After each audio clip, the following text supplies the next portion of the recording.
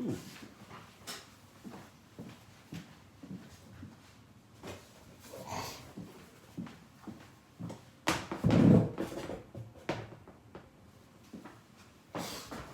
Can't do the show without my sidekick. All right, y'all. What's up, everybody? Good morning. Welcome to a Monday edition of Morning Scone, presented by Brock, the Baton Rouge Orthopedic Clinic, and Hudco Roofing. Every one of the windows that we sell at Relief Windows is the Energy Star product. And Brandon Holly and Relief Windows. Let's see. Hope y'all had a great weekend. I did. Relaxing. Just a lot of lounging around, a couple of pool days. Didn't really go anywhere, do anything, or have anything planned, which was so nice, especially considering what's coming here in another week or so with football season and how busy that means life gets for all of us. So the purple and gold and black and gold calendars take over our lives. We genuflect at the altar. So anyway, Saints play tonight against Jacksonville in the Dome. Definitely interested to see how it goes with respect to the vaccination cards. I mean, everybody's got to remember to attend the game, you have to have proof of vaccine or negative PCR test within 72 hours. So how many people attend? I mean, it's a preseason game. You're not, attendance in preseason games are never much anyway, but that's interesting. Of course, Jameis is going to get the start in this preseason game, so that's probably the most obvious thing everyone's going to look at. If Jameis goes out there and wows and whatever, small sample size he'll get, my guess is they'll handle it similar to what they did last week, where you'll have, last week was Taysom then Jameis, this week will be Jameis then Taysom, and then you let Ian Book basically have the whole second half.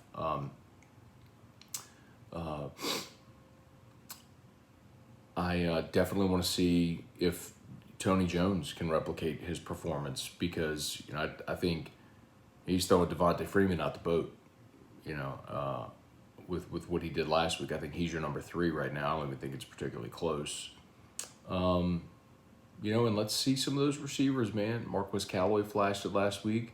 Hearing a ton of buzz about Juwan Johnson, and they may intentionally try to hide him a little bit, but well, I certainly understand that. I also say, man, you're still getting timing and rhythm, new quarterback with this offense and receivers and pass catchers, so take advantage of those reps. So, and look, Jacksonville's interesting, right? I mean, Urban Meyer, is that your first time NFL head coach? Trevor Lawrence, Gardner Minshew, they're battling for a job there. You got a couple of former LSU Tigers, Caleb Monchasson, DJ Chark on the field for Jacksonville. We missed Tim Tebow by a few days, but or by a week, I guess. But Jacksonville's still not lacking for storylines. So should be a really interesting game tonight. 7 o'clock. Some of you asked me yesterday if I would do a companion show. I'm down. Y'all just let me know if y'all actually want me to do that, because I'm not going to fire up a companion show if we got like 3 people watching. But if y'all actually want me to do a preseason Saints companion show, I'll do it tonight. All right. Pat Huseman, good morning. Val Browning, good morning. Dale Broussard. Cardano feeling fun again. All of crypto's feeling fun right now.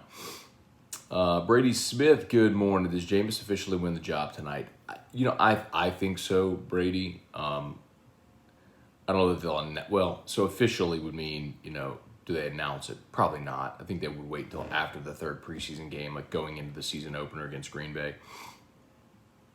But I would hope that, he plays well enough tonight to where it doesn't really leave any doubt. Bubba Tatum, good morning. Well, that's the point. Bubba said Jameis won the job when it came down to he and Hill. Yes, and that's the point I've been making. But he said, but his point was officially. Does he officially win it? And I think they'll still wait till after next week's preseason game to formally announce a starter. Nick Paradise, morning all. Do you think we will see points put up tonight, 39 plus? Is that the total for this game? I'm guessing you're asking for wagering purposes. And just as a general rule of thumb, I do not wager on the preseason. If you do, God bless you, good luck. I just have no idea. Let's see, Saints are a 4-point favorite. I don't even see a total in this game. I'm sure there is one. I just don't see it listed. But man, if you if you want to bet on a preseason, God bless you, man. That's just not my bag. Brooke Bordeaux, good morning. Stupid question, but I'm going to the Saints versus Giants game. I live in North Carolina, have not been vaccinated. Where can I find the requirements? How long is the negative test valid? That's not a stupid question at all. I think that's a very valid question that everybody should be asking, especially if you're planning on going to a game. You can go to any place that does COVID tests, and they will either do a rapid test or a PCR test. The PCR test will the difference is a rapid test, you get your results in like 15 minutes. The PCR will take you like 24 hours to get your results. So you can go to any walk-in clinic. I mean, anywhere that's testing for COVID. I mean, a pharmacy may well do it also. But, I mean, I know there's like walk-in clinics near my house that, when I've needed, there's one right around the corner that when I've needed to get tested, that's where I've gone. So, but you can get, and then their rule is that you have to get a negative PCR test within 72 hours of the game. Let's see. It's a disservice to Jameis to not be named the starter now, give him all the number one reps. Now, Bubba, I agree with that. Like that's the thing that I would say is the downside of actually doing this competition, is you're taking away number one reps from the guy. That's like we talked about it when Brennan got hurt with LSU, and like obviously you didn't want Miles Brennan to be hurt, but if there was a positive, the way that you could spin it positive is now it's unquestioned. Max Johnson's your starting quarterback, and he's going to get every single first team rep, every rep to develop timing with receivers, cadence with his offensive line, just command within the huddle. I mean, all of that. So, and that does matter. ESPN shows 39.5 is the total. There you go. I mean, that seems low for the NFL, but it's also preseason, so who really knows, man? B&G Breakdown Podcast. Let's see, big fan of your content. Thank you. One of my inspirations for starting my own platform. Good deal, man. Other than quarterback, what player are you looking at with a keen eye? Tonight, and thank you for the kind words, man, and good luck on your show. If you ever want me to be a guest, I'm happy to do that. I don't know what y'all talk about, but if you want me to come on, I will. Other than quarterback, what player are you looking for? So I just kind of went over that a little bit. I think Tony Jones at running back. I kind of look at where the position battles. I'll tell you the other one. I think Quan Alexander's going to play, which sounds so bizarre, but he's been full go at practice. So I want to see if they let Quan go run around a little bit. They may not, which would probably be a smart thing, but if they do, I guess for me, it's like, let's see if guys who did well last week can validate it. Let's see if Zach Bond can play well again, if Tony Jones can play well again, if Burrell, the safety out of Wisconsin's flying around and blowing people up again. That's the kind of stuff I want to see. Marcus Davenport was a wrecking ball last week. Let's see if he can replicate that. Are they going to let David Onyemata play into the fourth quarter again? Let's see, Jordan McNeese, I've been out of the loop, but I guess this year is the final Jameis test. Shouldn't we consider looking at Deshaun since he's still available? Yeah, the Saints just don't have the draft capital to get Deshaun Watson. You got to keep in mind, if Houston is going to trade Deshaun Watson, they're going to get one of two things. They're either going to get a franchise quarterback, or they're going to get a draft pick that would allow them to draft a franchise quarterback. And the Saints just don't have the draft capital to do that. Philly does. That's where you keep hearing Philly as a potential trading partner for Houston and Watson. They have the draft capital to send the assets to Houston to say, all right, we'll take your franchise quarterback. Here's the assets for you to start over. That's just not realistic for New Orleans because he's not a free agent. I mean, Houston would have to trade him, and the Saints don't have enough. And someone mentioned to me, we'll trade Mike Thomas. So whenever you make a trade proposition, what I would recommend is flip it. Like, if you were on the other side, would you be okay with that trade? Like, would you be okay receiving Michael Thomas for Deshaun Watson? Would you be okay receiving any receiver for a franchise quarterback? The answer is, of course, no. Like, nobody would give up a franchise quarterback in the NFL is the hardest thing in sports to find. And when you have it, you ride it till the wheels fall off. Like, that's what the Saints did with Drew Brees. And if Houston's going to let Deshaun Watson go, it's not going to be for a wide receiver. Kelly Presley, good morning. Christopher Merrill, what's up, man? Good morning. Jeff McKithen, Reagan Lee, morning, Matt. What's your score prediction for the UCLA game? Haven't made one yet, Reagan. I'll do that the Friday before that game. Clark Tiger Davis, good morning. Brian and Andy Pinton, good morning from somewhere in Nebraska. 1 week until me and Andy get on that big eagle and land in LA. Can't wait for tonight. Oh, y'all are going on, are y'all leaving on Monday? Y'all gonna be there the whole week, huh? Can't wait for tonight. Who dat? 4 days until week 0. Did you see Ryan Leaf's prediction for the SEC? I did, so I replied to you, Brian. Well, let me see. I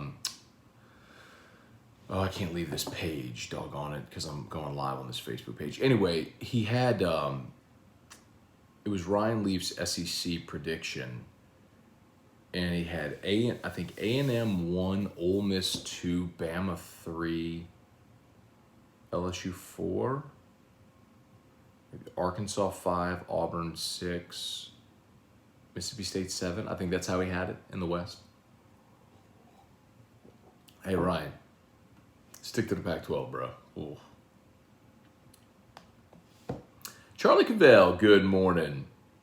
Let's see. Brian, I think 35-17 LSU. I don't think it's going to be that one-sided.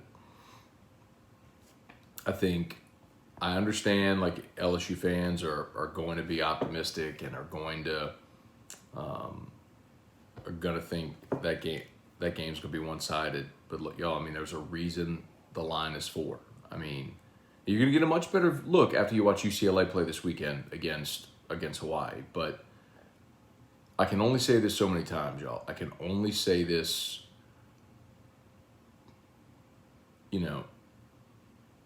so many different ways. I think LSU beats UCLA, but UCLA is a veteran team. They got a 4-year starter at quarterback. They play in week 0, so the old adage, biggest improvement week 1 to week 2. The truth is they will not have a great home field advantage, which does benefit LSU. And LSU has a lot of questions in its own right that it has to answer. So I do think LSU will win this game. But I do not think that it is a 3-score win by LSU. I think you have a game that more closely resembles that 2010 North Carolina game, where it probably feels like you know LSU's the better team, but getting separation is hard, and the other team makes some plays too, and you look up in the fourth quarter and you're in a ball game, I think that's probably what you see. I do think that's a 4-quarter game, which I'm looking forward to, man. I hope it's I hope it's a good game. I mean, I'd love to see LSU go just absolutely dominate. That's a lot of fun too, but I'd love to see a good game. Josh Geraldo, what's up, Scone? We definitely agree Jameis is going to be the guy week 1. Curious if you think Taysom loses a step in his hybrid role since he's been working primarily with the quarterbacks. Yeah, it's a good question, Josh. The bigger, I think the bigger factor to losing a step is actually Taysom lost some weight this year. Like he leaned out a little bit to be more prepared to be a quarterback as opposed to having some size on to be a hand in the dirt tight end, H-back, blocker type guy. So I think that's valid. I do think that that's potentially a valid question to see if Taysom's physically ready to take on his hybrid role again when, as I feel inevitably he will step back into that role. And the Saints will keep 3 quarterbacks, remember what happened last year when Breeze got hurt. Jameis came off the bench because in game week, you had prepared with Taysom not as a quarterback. You had prepared with Taysom in his slash role all week. So, I think if you start Jameis and something were to happen, I think you'd probably go to Ian Book as your backup.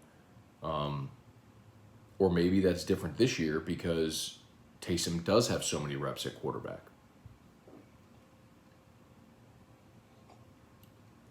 Jason Dorsey, not a big preseason fan, but can't wait for the first LSU game. That's a lot of people. Jason, admittedly, I'm kind of a nerd, right? I'm kind of I'm kind of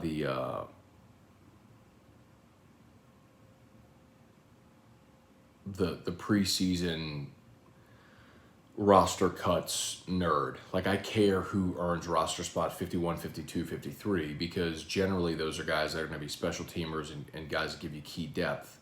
And so, for example, a guy like Ken Crowley, when he made the team as an undrafted free agent, it was really just as a backup guy to provide you depth in the secondary. Well, you're an injury away from having that guy start as an outside cornerback for you. You know what I mean? So those types of things I do find interesting, who those last roster spots are going to be. That was Marquez Callaway a year ago, and look where we are, with him, where he's probably going to be your number one wide receiver here the opening week of the season. So, but I get it. I understand why some people don't love the preseason. It's the games aren't meant to be competitive. Like, you're cheering for your team, but it doesn't really matter if they win or lose. You generally don't see the stars play a bunch. So I get it. But I love it. Jerry DeLucky, good morning. Cliff Nelson, good morning. # Team Drew. Let's see. Speaking of linebacker, Saints are so deep at the position for the first time in forever. Dowell's challenging Hansen for this last spot. Do you think he beats him out for special teams value? I don't. But I don't know that you couldn't keep both of them. It's not uncommon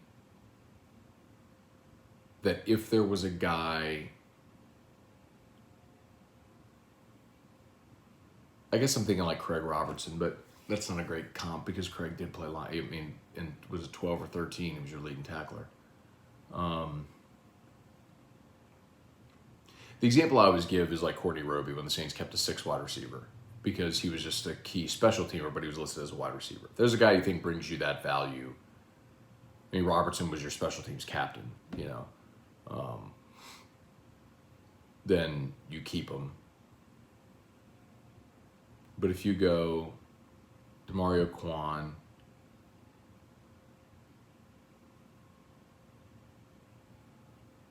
Warner's obviously going to make the team.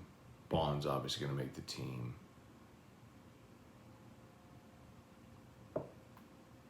So you're saying, what about Ellis, Hansen, Dowell?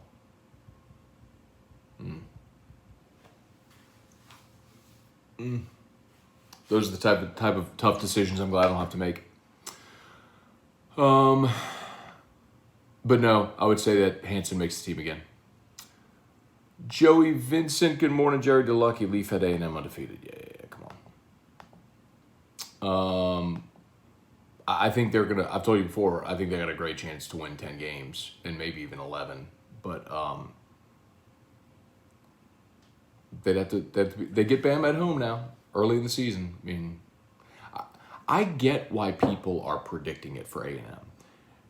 They'll have a great defense, maybe the best defense in the SEC. They got the best running back in the conference. They got pass catchers. They got a very skilled offensive line, although they lose 4 starters there. You'll have a new quarterback, but Jimbo quarterback whisper or whatever. And then we've gone through the schedule, y'all. I mean, go through the schedule. It's very favorable. So I get why people are leaning in on A&M, but I think it's one of those things where not all records are created equal, and if they're 10-2, I don't know that their 10-2 looks as good as somebody else's 10-2.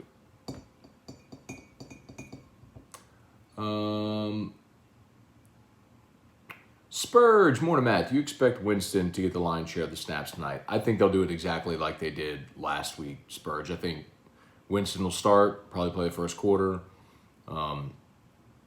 Hill will get the second quarter, and I think Ian Book probably plays the second half. Unless they let both of them extend tonight and they treat this like they would normally treat the third preseason game. But my guess is what you'd probably do is just lop off what you used to do in the fourth preseason game and treat the third preseason game like the third preseason game. So if you had a starter, then you roll with them next week. Let's see, my health and sanity can't take much more LSU fourth quarter games. Les Miles there ruined it for me. A lot of those were fun, man. Tim Gaudreau, let's see, Mark Allen, a Les Miles type win. Not really. I mean, a close win, a close game doesn't mean it's a Les Miles type of win. It just means it's a close ball game. I mean, hell, LSU in 2019 against Bama was a close ball game in the fourth quarter. You need to make plays late. Same against Florida and Auburn that year. Same against Texas that year. 3rd and 17, anyone? I mean, those aren't Les Miles type wins, but they were games that went to the fourth quarter. Jerry, I know this isn't on anyone's mind, who's the Saints' new punter. It is actually on a lot of people's minds. His name is Brian Gillikin. They signed him last year as an undrafted rookie out of Penn State, stashed him on the practice squad, and with Morstead out, Gillikin is going to be the guy. Nicholas Cantrell, good morning. Let's see. Lane Ward, good morning. Enjoying the early format. Thank you, Lane. I appreciate that. Well, I mean, this is I guess if you joined us during the summer, we got a little off. It becomes a little more sporadic. But with Drew having school now, I got like 2 more minutes. I got to go. I got to get him out of the house and get him to school. All right, I'm going to go rapid fire because I literally have like 2 minutes. Shout out to Brock, Baton Rouge Orthopedic Clinic, and HUDCOroofing.com. Let's see. He had A&M 12-0, the Piggies winning 6. I could see Arkansas winning 6 games. Daniel Guidry, good morning from Galveston. Charlie, flip that. LSU has a sample of what UCLA is going to do. While I understand that, I also don't think that that's actually the advantage because UCLA is a veteran team. They returned 20 starters. You know what Chip Kelly's going to do, what that offense is. I don't think that their one game against Hawaii makes as big a difference. Stephen Miller, good morning. Hey, Dad, good morning. Brandon English. I think where LSU beats UCLA is in the trenches. I do agree with that. I think LSU's defensive line should be the difference in the game. But I will remind you that that UCLA returns its entire offensive line. They got a veteran crew and all that sort of stuff. Dylan Landry, good morning. Steven, hopefully LSU will send out actual game tickets. Can't recall a year where it's been this close to kickoff they've waited to send them out. Steven, I was wondering the same thing. I don't know if all the tickets are going to be digital. They might be. I haven't heard, but that wouldn't surprise me. When I went to a UFC event a couple months ago in Houston, all the tickets were virtual for that event. So it wouldn't surprise me if they are. Excuse me. Excuse me.